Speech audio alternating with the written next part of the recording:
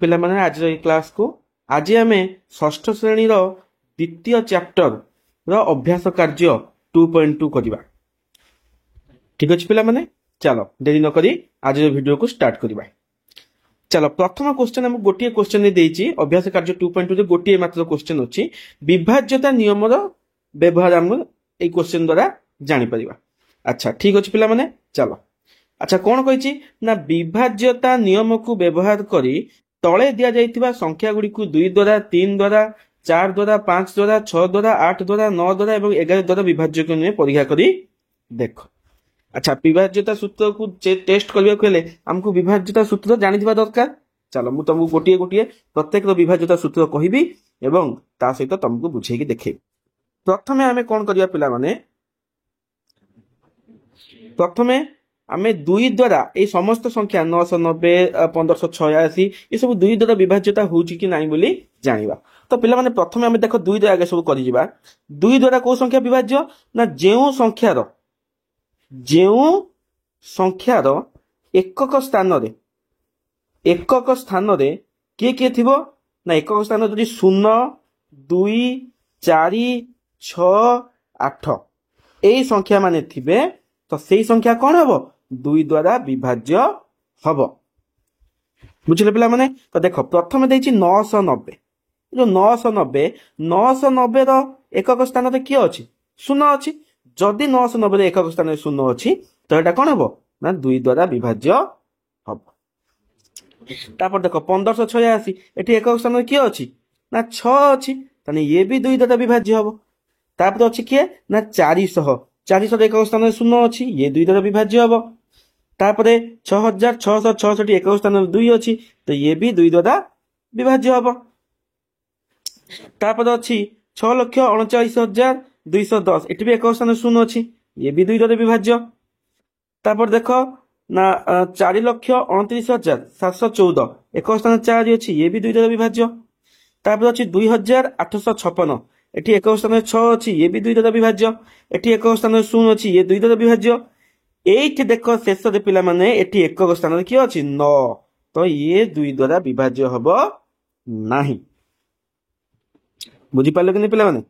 ଠିକ ଅଛି, ତ ଏବେ ତମେ 2 ଦ୍ୱାରା ବିଭାଜ୍ୟତା ଜାଣିପାରିଥିବ। ଏବେ ଚାଲ ଆମେ କଣ କରିବା ନା 3 ଦ୍ୱାରା ବିଭାଜ୍ୟତା ସୂତ୍ର ଦ୍ୱାରା ୟାକୁ ପରୀକ୍ଷା କରିବା।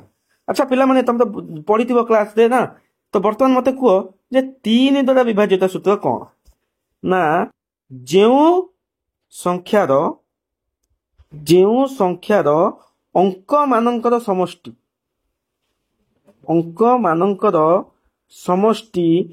3 ଦ୍ୱାରା ବିଭାଜ୍ୟ ସେହି ସଂଖ୍ୟା 3 ଦ୍ୱାରା ବିଭାଜ୍ୟ। ଅର୍ଥାତ୍ କଣ ପିଲାମାନେ ନା ଅଙ୍କ ମାନଙ୍କୁ ପ୍ରତ୍ୟେକ ସଂଖ୍ୟାର ଅଙ୍କ ମାନଙ୍କୁ ଯୋଗ କରିବ, ଯଦି ସେଟା 3 କେ ପଣିକିଆରେ ଅଛି ତାହେଲେ ସେଟା 3 ଦ୍ୱାରା ବିଭାଜ୍ୟ। ବୁଝିଲ? ଚାଲ ଦେଖିବା ପ୍ରଥମ କ୍ୱେଶ୍ଚନ ଅଛି କେତେ ନା 990। ତ ପିଲାମାନେ ଦେଖ 990 ର ଯୋଉ ଅଙ୍କ ମାନେ କିଏ କିଏ ଅଛନ୍ତି ନା 9 + 0 ୟାକୁ ସବୁକୁ ମିଶାଇଲେ କେତେ ହବ 9 9 18 0 କେତେ 18। ଆଚ୍ଛା ପିଲାମାନେ ତମେ କୁହ ଏ 18ଟା 3 କେ ପଣିକିଆରେ ଅଛି କି ନାହିଁ? ଅଛି। ଯଦି ଅଛି ତାହେଲେ ଇଏ କଣ ହବ 3 ଦ୍ୱାରା ବିଭାଜ୍ୟ ହବ। ବୁଝିପାରିଲ? ତ ସେମିତି ଦେଖ 1586।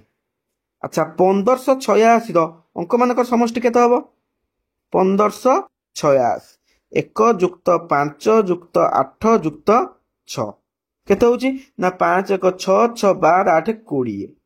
ଆରେ ବର୍ତ୍ତମାନ ପିଲାମାନେ ତୁମେ କୁହ 20ଟା 3 କେ ପଣିକିଆରେ ଅଛି କି ନାହିଁ? ଯଦି ନାହିଁ ତାହେଲେ ସେଟା 3 ଦ୍ୱାରା ବିଭାଜ୍ୟ ହବ ନାହିଁ। ବୁଝଛ କି ନାହିଁ ପିଲାମାନେ? ଏଟା 3 ଦ୍ୱାରା ବିଭାଜ୍ୟ ହବ ନାହିଁ।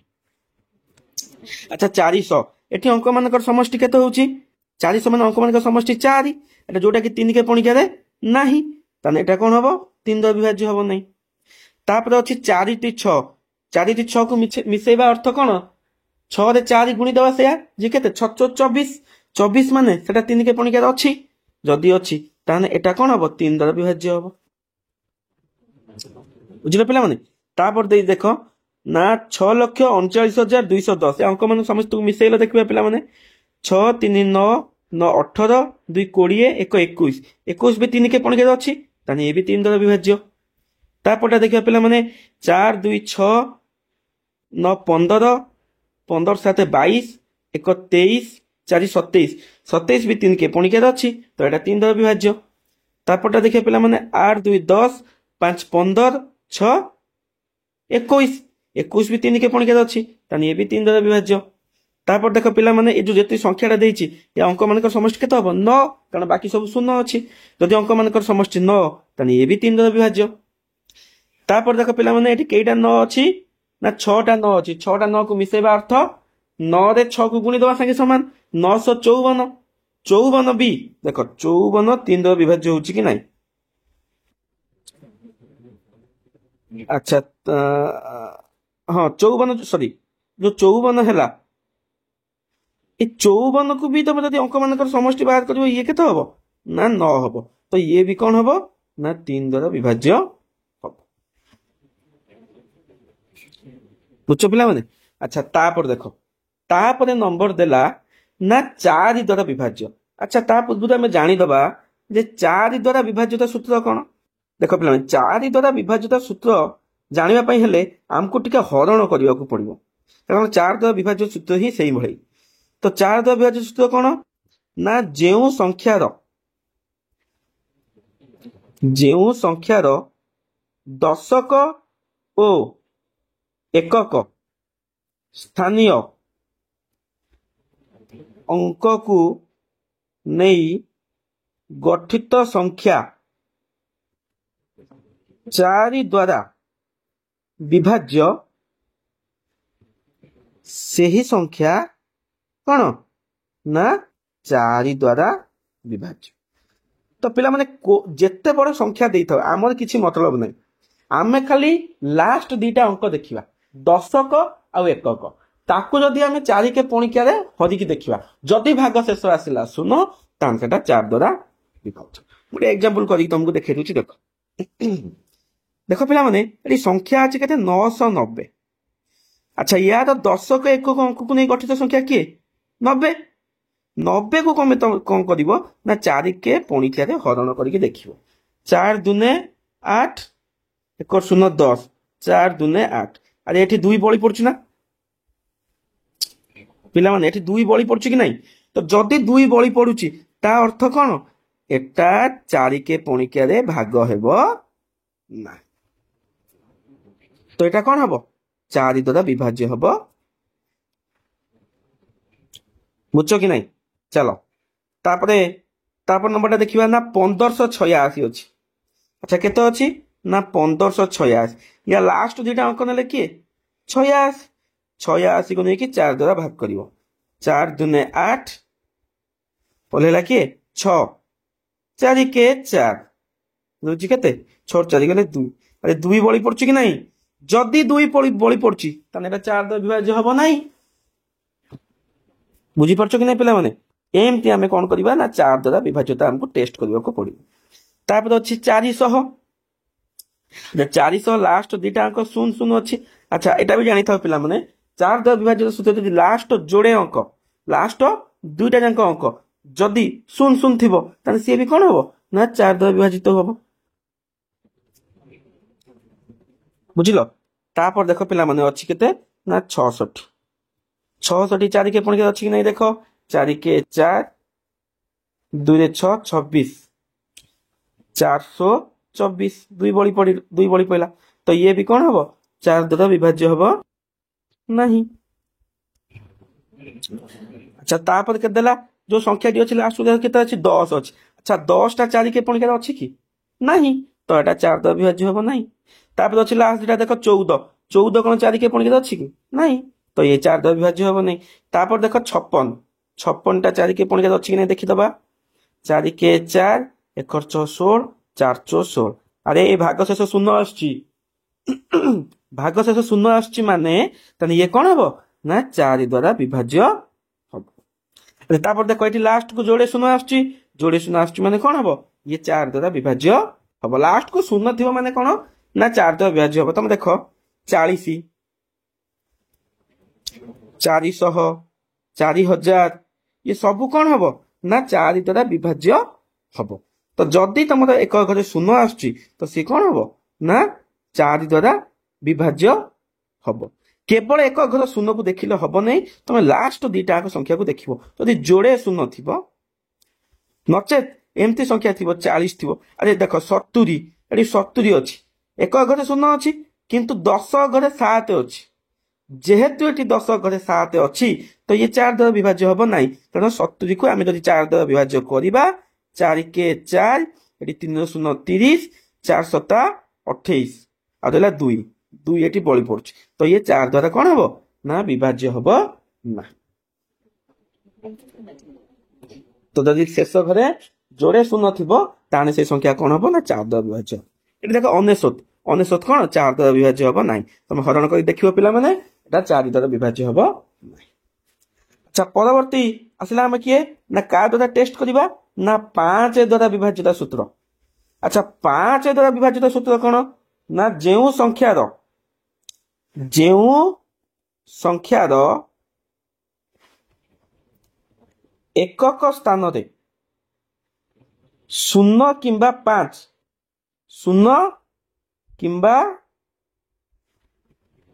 5 ଥିବ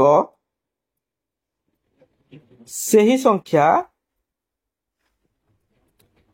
5 ଦ୍ୱାରା ବିଭାଜ୍ୟ।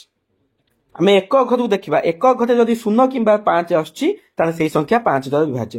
ଆଚ୍ଛା, ପ୍ରଥମ କ୍ୱେଶ୍ଚନ ଦେଖୁ, ଏଠି ଏକ ଘରେ କିଏ ଆସୁଛି 990 0 ଆସୁଛି, ଇଏ 5 ଦ୍ୱାରା ବିଭାଜ୍ୟ। ଏଠି ଏକ ଘରେ 0 ଆସୁଛି, ଇଏ 5 ଦ୍ୱାରା ବିଭାଜ୍ୟ। କିନ୍ତୁ ଏଇ ଯୋଉ 1586 ବା 1586, ଏଠି ଏକ ଘରେ କିଏ ଆସୁଛି 6 ଆସୁଛି, ଇଏ କଣ ହବ 5 ଦ୍ୱାରା ବିଭାଜ୍ୟ ହେବ ନାହିଁ। ଏଠି ଏକ ଘରେ 6 ଆସୁଛି, ଇଏ 5 ଦ୍ୱାରା ବିଭାଜ୍ୟ ହବନି। ଏଠି ଏକ ଘରେ କିଏ ଆସୁଛି 0 ଆସୁଛି, ଇଏ 5 ଦ୍ୱାରା ବିଭାଜ୍ୟ ହବ। ଏକ ଘରେ 4 ଆସୁଛି, ଇଏ 5 ଦ୍ୱାରା ବିଭାଜ୍ୟ ହବ ନାହିଁ। ଏଠି ଏକ ଘରେ 6 ଆସୁଛି, ଇଏ 5 ଦ୍ୱାରା ବିଭାଜ୍ୟ ହବ ନାହିଁ। ଏଠି ଏକ ଘରେ କିଏ ଆସୁଛି 0 ଆସୁଛି, ଇଏ 5 ଦ୍ୱାରା ବିଭାଜ୍ୟ ହବ। ଇଏ ଏକ ଘରେ 9 ଆସୁଛି, ଇଏ 5 ଦ୍ୱାରା ବିଭାଜ୍ୟ ହେବ। ତ ପିଲାମାନେ 5 ଦ୍ୱାରା ବିଭାଜିତ ସୂତ୍ର ବହୁତ ସହଜ, ଆଶା କରୁଛି ତୁମମାନେ ବୁଝିପାରିଥିବ। ଆଚ୍ଛା, ତାପରେ ଆସୁଛି 6 ଦ୍ୱାରା ବିଭାଜିତ ସୂତ୍ର। ଆଚ୍ଛା, 6 ଦ୍ୱାରା ବିଭାଜିତ ସୂତ୍ର ଆମେ କାହାକୁ କହିବା ନା ଯେଉଁ ସଂଖ୍ୟା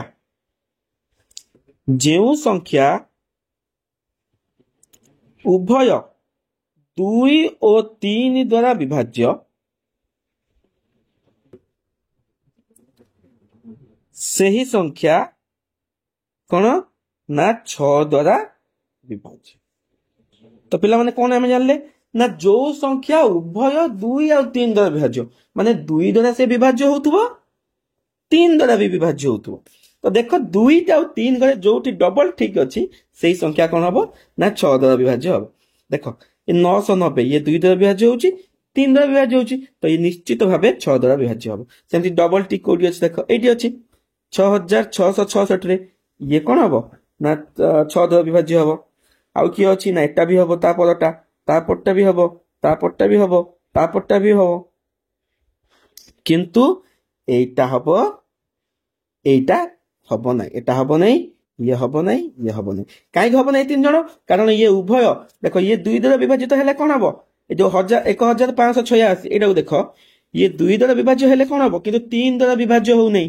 ଯଦି ଇଏ ଯେକୌଣସି ଗୋଟେ ଦ୍ୱାରା ବିଭାଜ୍ୟ ହଉନାହିଁ, ଅର୍ଥ ଇଏ କଣ ହବ ନା 6 ଦ୍ୱାରା ବିଭାଜ୍ୟ ହେବ ନାହିଁ। ବୁଝିପାରୁଛ ତ ପିଲାମାନେ? ଚାଲ ପରବର୍ତ୍ତୀ କାହା ଦ୍ୱାରା ଆମେ ଟେଷ୍ଟ କରିବା ନା 8 ଦ୍ୱାରା ବିଭାଜ୍ୟ। ଆଚ୍ଛା, 8 ଦ୍ୱାରା ବିଭାଜ୍ୟ ସୂତ୍ର କଣ ପିଲାମାନେ? 4 ର ଯାହା ଥିଲା 8 ର ସେଇଆ। 4 ରେ ଆମେ କଣ କରୁଥିଲେ ନା ଏକକ ଆଉ 10 ଘରକୁ ନଉଥିଲେ, କିନ୍ତୁ 8 ରେ କଣ କରିବା 3ଟା ନବା। କଣ ନବା ଦେଖ ପିଲାମାନେ ନା ଯେଉଁ ସଂଖ୍ୟାର ଶତକ, ଦଶକ ଓ ଏକକ ଅଙ୍କକୁ ନେଇ ଗଠିତ ସଂଖ୍ୟା 8 ଦ୍ୱାରା ବିଭାଜ୍ୟ। ସେହି ସଂଖ୍ୟା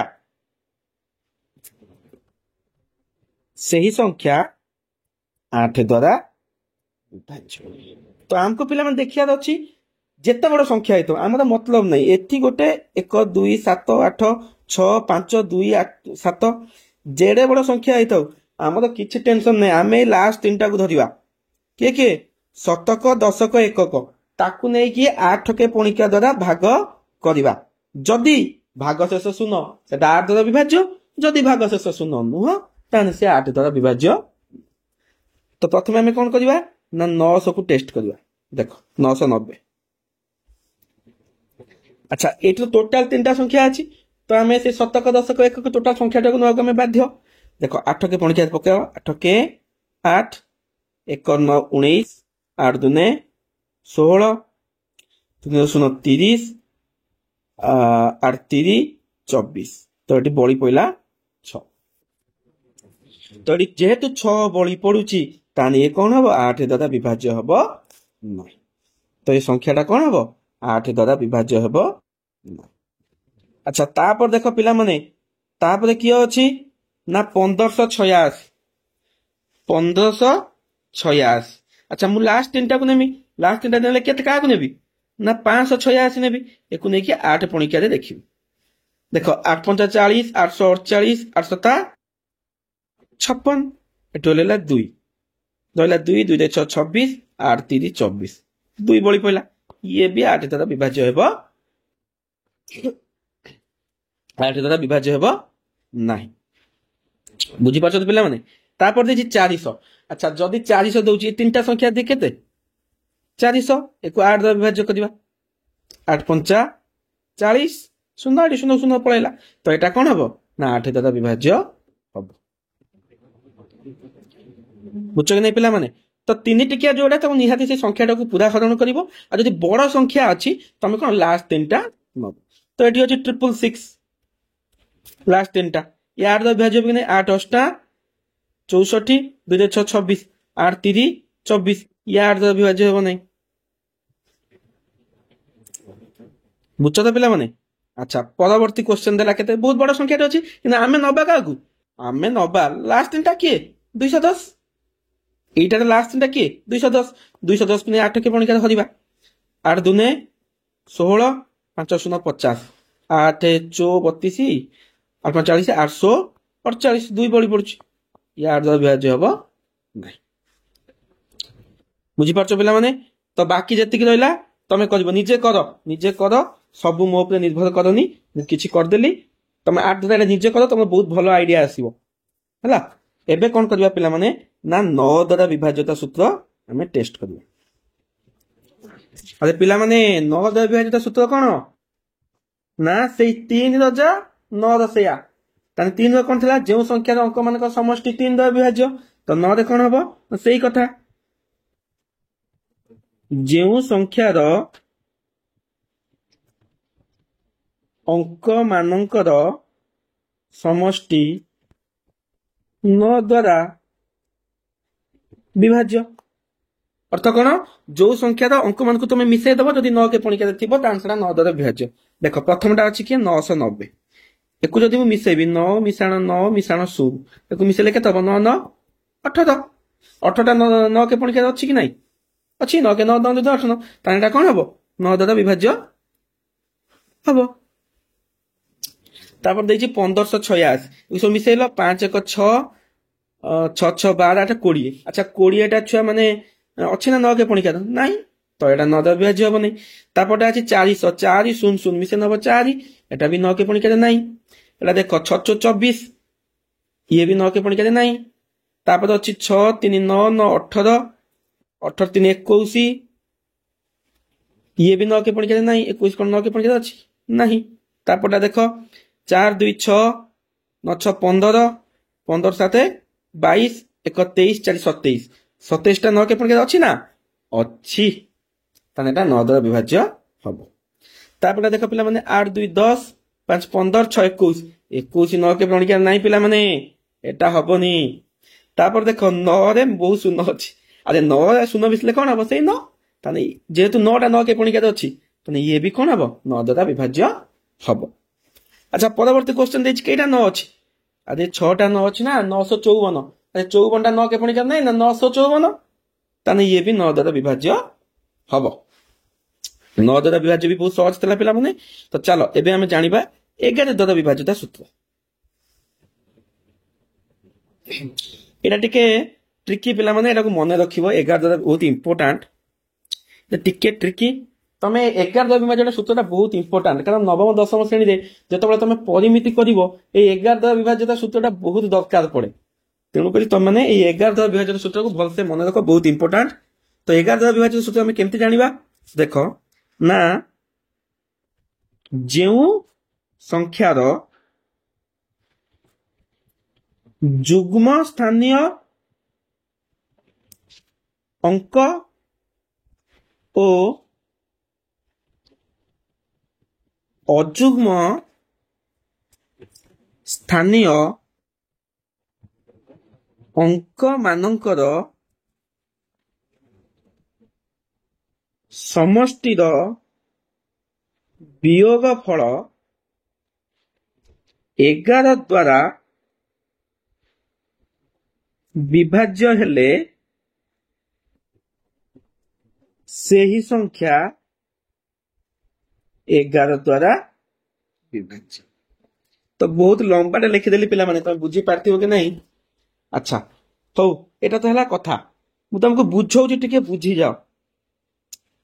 जाओ बहुत सहज बाटे बुझेबी तमे कोन करिवो ना 11 द्वारा विभाजित सूत्र को बढ़िया से मन रखि पारियो अच्छा गोटे एग्जांपल नै कि तुम पिला माने मु बुझौची गोटे एग्जांपल नउची बड़ संख्या रे नउची केटा न अछि लास्ट टा नउची 6 टा न अछि 1 2 3 4 5 6 तमे कोन करिवो ना गोटे संख्या छाडी कि गोटे संख्या को गोल बुले दो गोटे संख्या छाडी कि गोटे संख्या को गोल बुले दो जेते की संख्या गोल भीतर अछंती ताकू मिसेइबो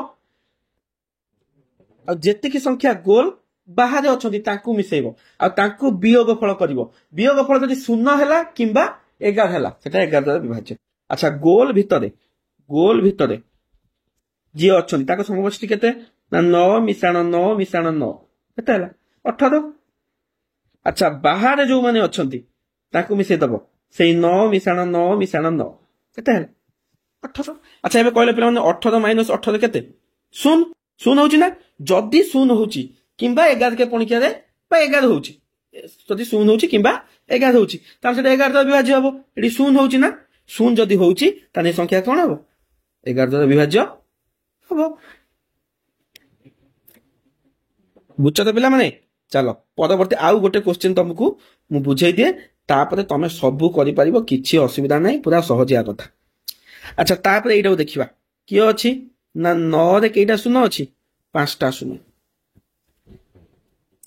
गोट संख्या छाडी गोट संख्या गोल बुले दी अच्छा गोल बुला मानकर समष्टि केते ना गोल बुला मानकर समष्टि होची गोल रो समष्टि केते 0 मिसाण 0 ने केते हला 0 अच्छा बाहर जी अछंती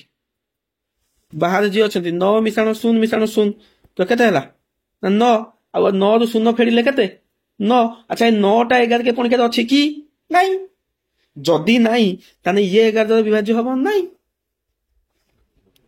बुझछ कि नहीं पिला मन बहुत बहुत सहज पिला माने ए ट्रिक टा को मने रखो बहुत काम दबो अच्छा तापर देला 2856 तापर देछि केते 2856 गोट छाडी गोटे 0 बोला अच्छा गोल भीतर केते अछि ना 8 मिसाण 6 8 6 14 बाहर केते अछि ना 2 मिसाण 5 ये केते 7 वर्तमान 14 रु 7 को वियोग कलो केते 7 अच्छा 7 टा 11 के पणिकिया रे अछि कि नहीं जदी 7 11 के पणिकिया रे नहीं तो ये भी कोन हबो ना 11 द्वारा विभाज्य हबो नहीं बुझुछ तो अच्छा आउ गोटे मु करछु आउ एटा करछु बाकी तमे करिवो देखो कौन देछि ना 4 2 9 7 1 4 गोट छाडी गोटे गोल बुले दियो अच्छा गोल बोलांकर समष्टि बाहर करो 2 मिसाण 7 मिसाण 4 केतेला 7 2 9 4 13 अच्छा बाहर की अछि ना 4 मिसाण 9 मिसाण 1 केतेला 9 1 10 4 14 अच्छा 14 रु 13 को वियोग कल केते होछि 1 एकटा 11 के पुणी अच्छी कि किंबा शून्य संगे सामान होउछि कि जदि हो नहीं तो ये कौन हम 11 द्वारा विभाज्य हम नहीं बुझ कि नहीं। अच्छा एटा बहुत सहज थिला तापरटा देखो तापर के देछि आ गोटे कर दोछि पिला माने एटा देछि देखो बड़ क्वेश्चन टे अछि ना 6 3 9 2 1 0 गोटे छाड़ी गोटे शून्य बुला। अच्छा गोल बलांक समष्टि बाहर करो ना 3 मिसाण 2 मिसाण 0 केते हला 3 2 5। अच्छा बाहर जो माने अछंती के 6 मिसाण 9 मिसाण 1 केते हला 9 6 15 देखो 16 एबे 16 रु 5 को फेड़ 16 रु 5 गले केते 11 रे 16 रु 5 गले केते होउची 11 होउची। अच्छा जदी 11 होउची ताने ये कोन हबो 11 द्वारा विभाज्य हबो बुझছো पिला माने। बाकी जति रहला तुम माने करिवो तो पिला माने आशा करछि तुम माने समस्त विभाज्यता सूत्र जानि पारथिबो एवं तार प्रयोग रे को संख्या कहा द्वारा विभाज्य भी जानि पारथिबो। तो आशा करछि पिला माने आज रो ए जो वीडियो सेशन थिला तुम मानक उपयोगी हेतिबो। कमेंट सेक्शन में जणियो पिला माने केमति लागला तुमको आज रो क्लास। तो चलो पुणी देखा हबा अभ्यास कार्य 2.3 रे। धन्यवाद पिला माने।